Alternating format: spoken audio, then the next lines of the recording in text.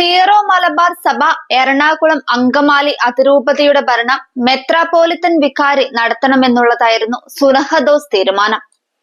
Major arch ബിഷപ്പിന്റെ സ്ഥാനീക രൂപതയാകുന്ന എറണാകുളം അങ്കമാലി അതിരൂപതയ്ക്കുള്ളിൽ നിന്നുമുള്ള മെത്രാപ്പോലിത്ത ഉണ്ടാകണമെന്നുള്ള എറണാകുളത്തെ സുന്നഹദോസ് വിരുദ്ധ വൈദികരുടെ ആവശ്യത്തെ തുടർന്നാണ് പരിശുദ്ധ സുനഹദോസ് മെത്രാപ്പോലിത്തൻ വികാരി ഭരിക്കണമെന്ന സംവിധാനമുണ്ടാക്കിയത്.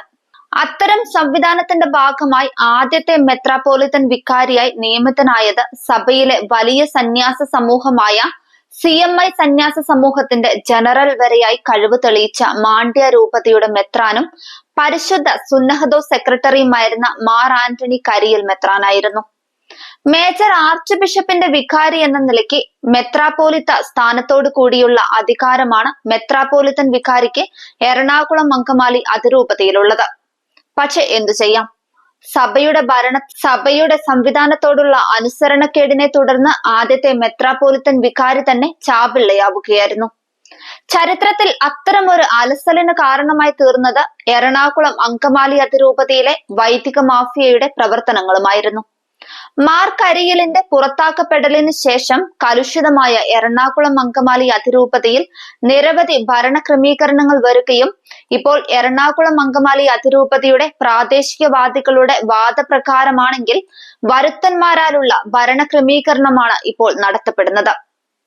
എറണാകുളം അങ്കമാലി അതിരൂപതയിലെ വൈദികർ തത്വത്തിൽ സഭയുടെ ഏകീകൃത വിശുദ്ധ കുർബാന അംഗീകരിച്ച സ്ഥിതിക്ക് ഭരണ ക്രമീകരണത്തിന്റെ ഭാഗമായി എറണാകുളം അങ്കമാലി അതിരൂപത അംഗമായ ഒരു മെത്രാപ്പോലീത്തയുടെ വികാരി സ്ഥാനത്തേക്ക് വരുന്നത് ഉചിതമായിരിക്കും. സീറോ മലബാർ സഭയിലെ വളരെ ചെറിയ ഒരു രൂപതയായ ഫരീദാബാദ് രൂപതയ്ക്ക് ഇപ്പോൾ മെത്രാനും സഹായ മെത്രാനുമുണ്ട്.